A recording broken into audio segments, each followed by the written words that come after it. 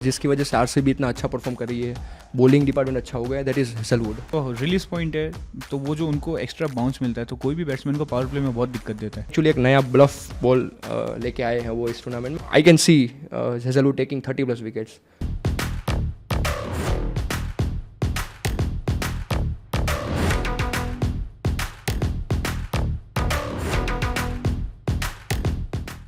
इस साल अगर हम देखें तो एक प्लेयर जिसकी वजह से आरसीबी इतना अच्छा परफॉर्म कर रही है, बॉलिंग डिपार्टमेंट अच्छा हो गया, that is Hazlewood. And Dinesh Karthik was the one जिन्होंने हेजलवुड को बैक किया था। अच्छा, जब ऑक्शन के पहले मीटिंग हुई थी, they were planning to take few overseas bowlers, तब दिनेश कार्तिक ने कहा था that we will go for Hazlewood.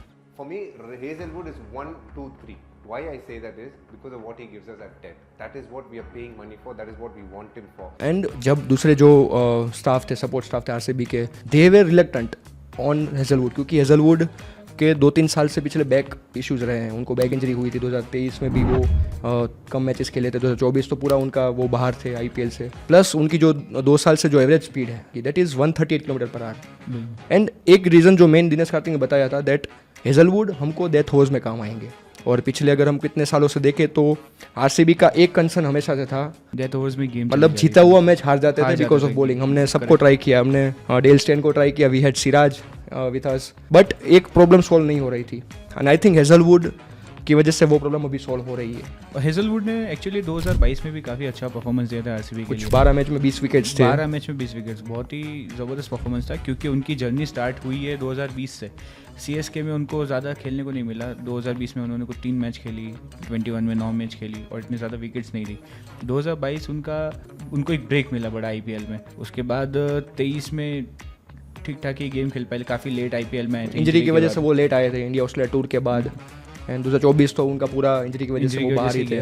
Plus Hazlewood ने जब इंटरनेशनल क्रिकेट में भी डेब्यू किया था तो लोग बोलते थे कि he is somewhat like Glenn McGrath. वो ग्लेन मैग्रा की तरह है, उनकी लाइन लेंथ है, उनकी हाइट है, he is 6 feet 5 inch bowler. और वो वही बोलते हैं कि मेरा जो है ना ब्लाइंड पेस पे मतलब टारगेट नहीं रहता कि सिर्फ पेस ही फॉलो करना है, मैं ज़्यादा से ज़्यादा तेज़ डालूँ। इतना पेस पे फोकस करे बिना उन लोग लेंथ पे ज़्यादा फोकस करते हैं। वो 6 से 8 मीटर वाला जो लेंथ है वो हेजलवुड का स्ट्रॉन्ग एरिया है। प्लस उनके पास काफ़ी वेरिएशंस है, मतलब ऑफ यॉर्कर है, लेंथ, स्लोवर बॉल्स है, वो पेस में वेरिएशंस लाइक आई थिंक बहुत ऐसे कम बॉलर्स है अभी इंटरनेशनल क्रिकेट सेटअप में आईपीएल में हम देखें तो जिनके पास वैरायटी है, पूरी रेंज ऑफ बॉलिंग है उनके पास। प्लस उन्हें एक्स्ट्रा बिट ऑफ जो बाउंस भी मिलता है पीछे, that is also helping him in this season particularly. कई सारे बैट्समैन इनको आउट किया है उन्होंने शॉर्ट पिच बॉल डाल के। उनका जो रिलीज पॉइंट है तो वो जो उनको एक्स्ट्रा बाउंस मिलता है तो कोई भी बैट्समैन को पावर प्ले में बहुत दिक्कत देता है। Not only in just power play, Hazlewood को आप किसी भी टाइम पे लेके आओ, he is giving that breakthrough to RCB. हमने देखा कि उनको बीच में अगर ला रहे तब भी उन्होंने विकेट्स लिए। दिल्ली के सामने उन्होंने मिडल अक्षर पटेल सेट थे, अक्षर पटेल और उनको उनका विकेट लिया। मतलब एज आरसीबी फैन मुझे याद है कि पिछले कहीं 10 साल से हमें ऐसा लगा ही नहीं कि जब सामने वाली टीम को 3 ओवर में कुछ 30 रन चाहिए तो हमें नहीं लगता था कि हम डिफेंड कर पाएंगे। हमको पता था कि शायद हो जाएगा लास्ट ओवर भी बच लेकिन इस साल ये चीज़ हो रही है। Like as a fan we are started believing in RCB's death bowling. And Hazlewood ने एक्चुअली एक नया ब्लफ बॉल लेके आए हैं वो इस टूर्नामेंट में। इससे पहले उन्होंने इंग्लैंड ऑस्ट्रेलिया की जो T20 सीरीज हुई थी वहाँ पे भी उन्होंने ट्राई किया था ये। जब वो रनअप करते हैं तब उनका जो हाथ है वो इस तरह से होता है जैसे कि बैट्समैन को लगेगा कि ये पेस ऑफ बॉल डालेंगे, मतलब पेस नहीं होगी, स्लोअर बॉल डालेंगे।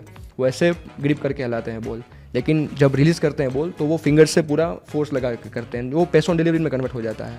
एंड जो राजस्थान रॉयल्स के सामने जब 18 रन चाहिए थे राजस्थान को, ध्रुव जुरेल को जब आउट किया, इवन ध्रुव जुरेल ने जब आउट हुए तो डगआउट में जाके भी डिस्कस कर रहे थे दैट हेजलवुड ने उनको ब्लफ किया है। अभी फास्ट बॉलर के लिए slow bowlers is quite effective, काफ़ी ज़्यादा इफेक्टिव होते हैं विकेट लेने के लिए, वो भी एक ब्लफ है और वो कुछ साल से चल रहा था। अभी हेजलवुड उससे उल्टा लाए हैं, पूरा उल्टा लाए। जब रनअप करते हैं तो ऐसे बॉल को ग्रिप करते हैं जैसे लगेगा कि स्लो बॉल है, और इसकी वजह से बैट्समैन का जो टाइम है वो थोड़ा लेट आता है बैट, एंड वो इस वजह से भी विकेट ले रहे हैं। सो आई थिंक ये सीज़न हेजलवुड के लिए तो बेस्ट है ही। आई थिंक आरसीबी के लिए ये सीज़न बॉलिंग के लिए बॉलिंग आई थिंक अभी शॉर्ट हो गई है, अभी तक का बेस्ट बॉलिंग सीजन है फॉर आरसीबी। और उनका जो पेस है वो उनके रनअप पे डिपेंड नहीं करता, वो उनका रनअप कुछ इतना फास्ट नहीं है, बट उनका जो बैक से ज़्यादा जोर लगाते हैं, बैक से ज़्यादा जोर, और वही रीज़न है कि उनका इंजरी का इशू ज़्यादा रहता है। बुमराह के साथ भी वही केस है, हार्दिक पांड्या के साथ भी सेम केस है कि उनकी रनअप पे डिपेंड नहीं करता। आई थिंक इस सीज़न में he is currently the purple cap holder, and शायद कुछ जो रिकॉर्ड है पर्पल कैप का दैट इज़ 30+ विकेट्स है कुछ, and I think I can see Hazlewood taking 30+ wickets. He is the key reason like क्या की फैक्टर कह सकते हैं अगर आरसीबी को आगे प्ले ऑफ में पहुंचना है या फिर जीतना है इस सीज़न, बिकॉज एक चीज़ तो कंफर्म है कि इस बार डेथ बॉलिंग आरसीबी का sorted with all respect to Bhuvneshwar Kumar, Yash Dayal भी है साथ में इस साल. आई थिंक आरसीबी की जो death bowling is sorted for this 2025 and शायद अगले 3 साल तक मुझे लगता है चेंज नहीं करनी चाहिए. बिल्कुल it's a perfect bowling lineup for RCB.